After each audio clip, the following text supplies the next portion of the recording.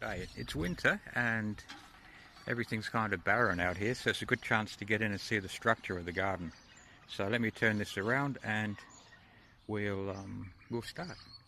Okay, we got rid of the gum trees at the front, surreptitiously I think the word is, secretly, but we're going to replace them with small gardens of our own.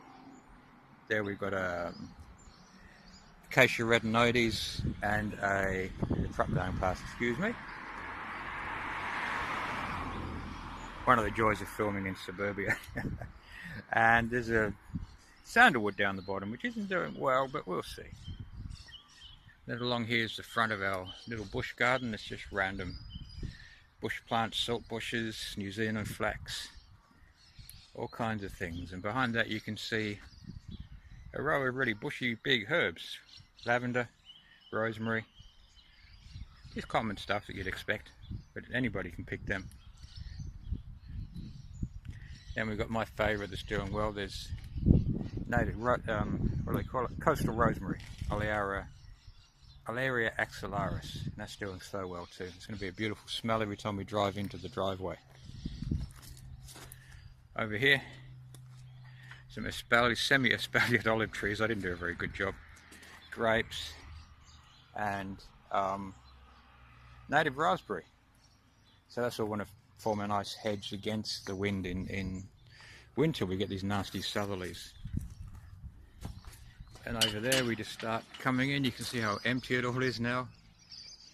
Everything's just been trimmed and pruned and cut back, ready for new growth, and to let some extra sunlight into the garden at ground level. So I haven't quite done the deciduous trees the way that you're supposed to, because I still want them for height to block off that summer sun. So what I've done, as you can see with this plum tree, is I've cut half of the branches back. So we still get the second year wood, and we still get fruit, and we still get shade, and I'll alternate those year by year. This is our little sun trap for winter. We did have a lot of peas in there. Another car going past, hang on. We did have a lot of peas in there, but something's eaten them all in one big hit over a couple of days, so we're not really sure what it is. We've got slug traps down and earwig traps and all kinds of stuff. And coming in over here, you can see there's a little pond with our nardoo and a taro, but looking a bit worse for wear with the cold weather. Some kangkong. Here we go, some tansy and some valerian in there. And you can see the working beds with the winter greeny veggies in. Especially our womboks. I love wombok. Come back this way and you can see the rabbits, Grace and Jesus. They're having a good time in the new house that our friend Gal gave to us. You can see lots and lots of tubs around the place, wicking beds, so we don't have to bend over so much. You can also see lots of grass coming through. So why aren't I pulling that? It's because they're annual grasses. I seeded them myself from canary seed that somebody gave me. So the idea is a little bit later we're going to pick them up, feed them to the rabbits. And also some grasses have beautiful, beautiful seed heads. So it should all be good fun.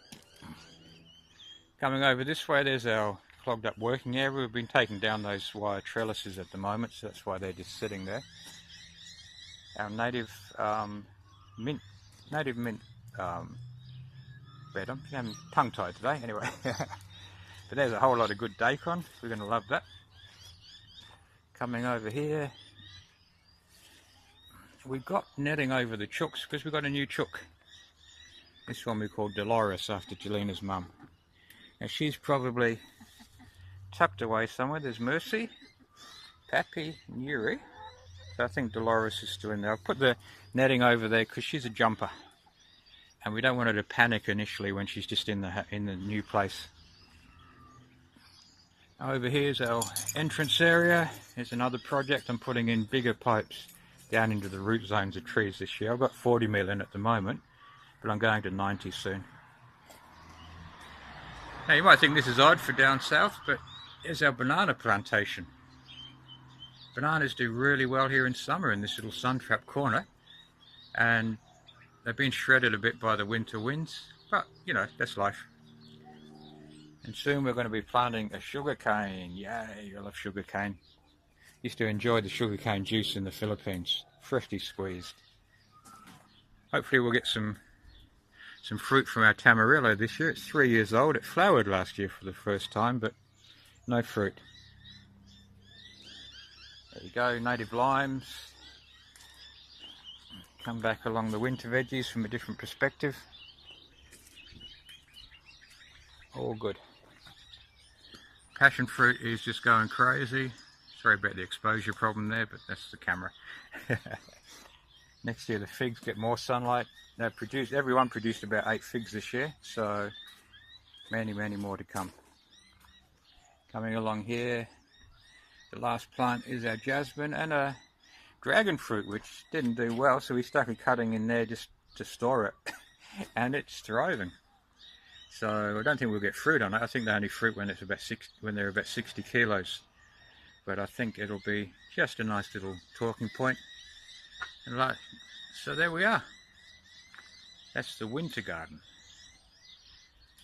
So as I said, it's all been cut for growth in summer, so another couple of months you'll start seeing it jumping around. Lovely stuff.